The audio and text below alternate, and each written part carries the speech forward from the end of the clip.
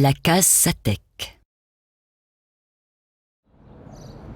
Dans les années 1960, le développement des industries du bâtiment menace les artisans qui travaillent dans ce secteur.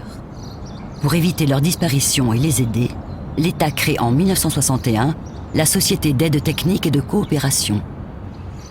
Plus connue sous le nom de Satek, elle met au point un plan type de maison faisant appel à des techniques de construction artisanale et utilisant des matériaux très modernes pour l'époque, le parpaing, le métal et les célèbres nacos. Modulable, le plan de la case Satek permet de concevoir à moindre coût des F5 et F6. La distribution intérieure s'organise autour d'un séjour, les chambres étant disposées de part et d'autre de cette pièce centrale. Grande nouveauté, cuisine et salle de bain sont intégrées dans la maison. Le modèle de base comporte en façade une large varangue dont la toiture est soutenue par 2 tubes en métal.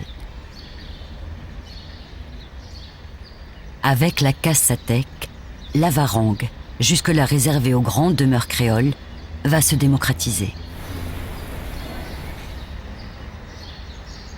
Concurrent direct des Castomi pendant plus de 2 décennies, cet habitat moderne aux lignes contemporaines rencontre un succès indéniable auprès des milieux modestes ou des classes moyennes.